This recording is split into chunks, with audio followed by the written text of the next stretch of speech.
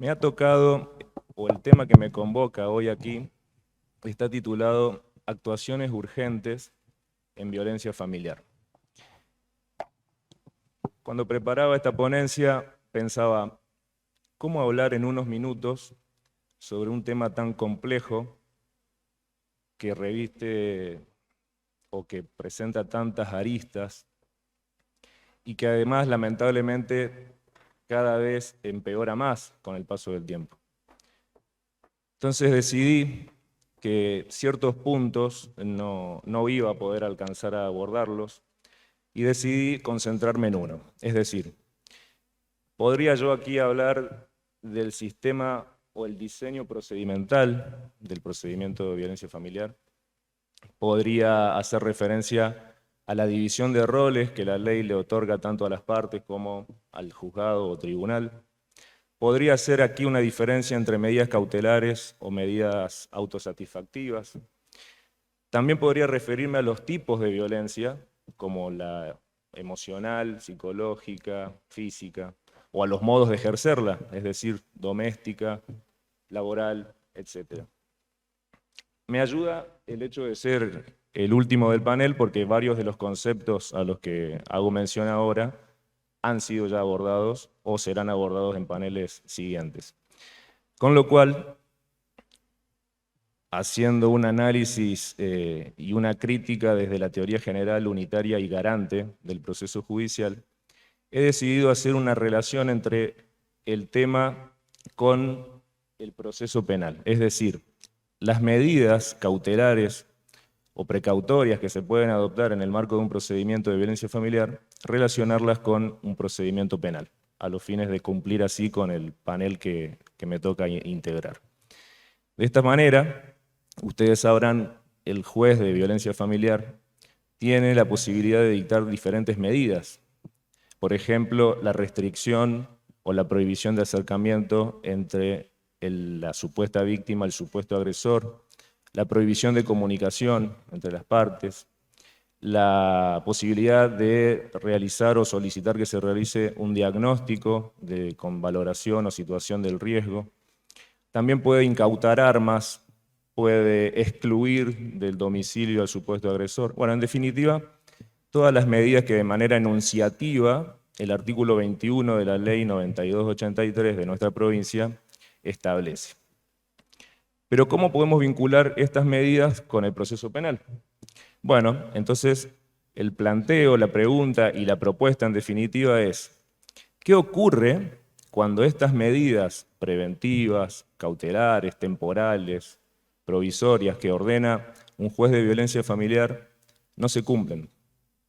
Cuando eso ocurre, obviamente puede ser de oficio o por denuncia de la supuesta víctima, se comunica esta situación a la Fiscalía de Instrucción en turno, a los fines de ponerla en conocimiento del supuesto delito de desobediencia a la autoridad. Es decir, la figura penal prevista en nuestro código en el artículo 239. Este artículo, este delito de desobediencia a la autoridad, como bien jurídico protegido, como explicaba el doctor Ricardo Núñez, marca la irrefragabilidad de los mandatos ordenados o dictados por autoridad en el ejercicio de sus funciones.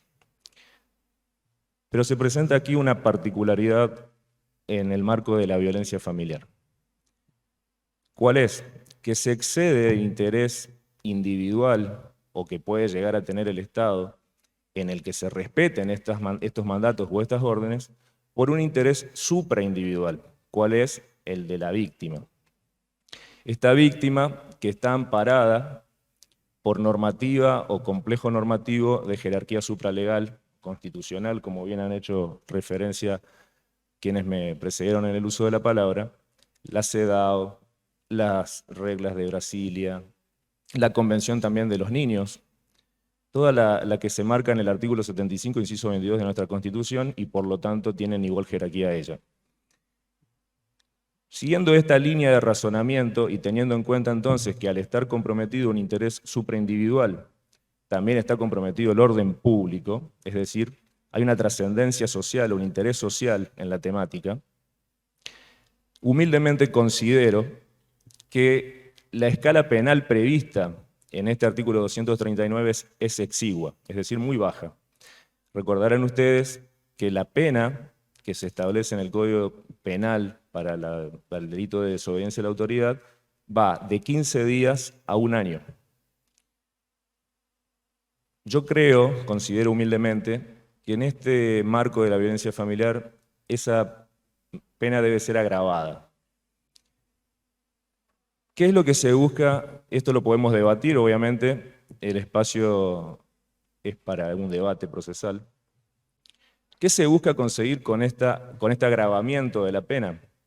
Un efecto disuasivo ante el cada vez más peligroso aumento de episodios de violencia, no solo familiar, sino también de género.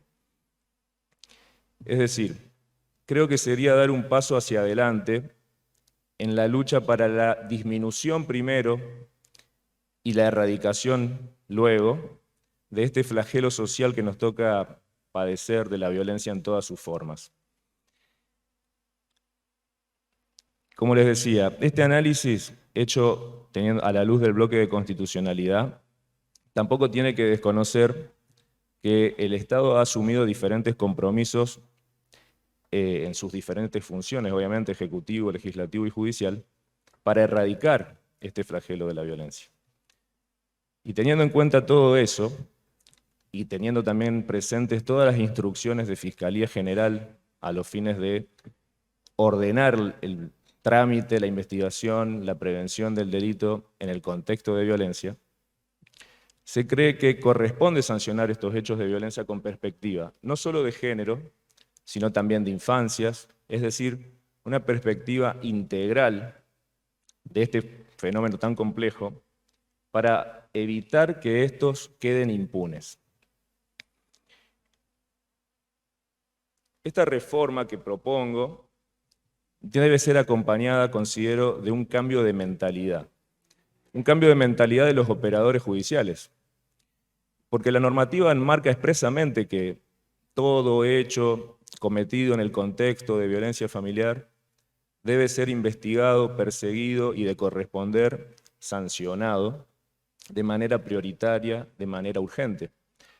Lamentablemente, en el plano de la realidad, nos encontramos con juzgados o con fiscalías de instrucción que muchas veces se encuentran abarrotadas de causas. Por ejemplo, las causas con preso y demás. Y lamentablemente también se le da prioridad a esas causas, relegando estas de violencia familiar muchas veces.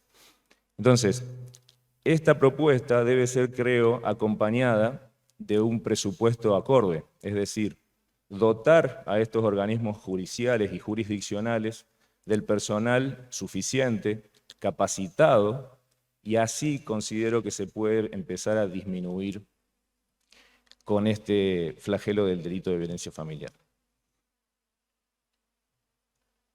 Para cerrar, no quiero excederme más, creo que esta reforma se impone.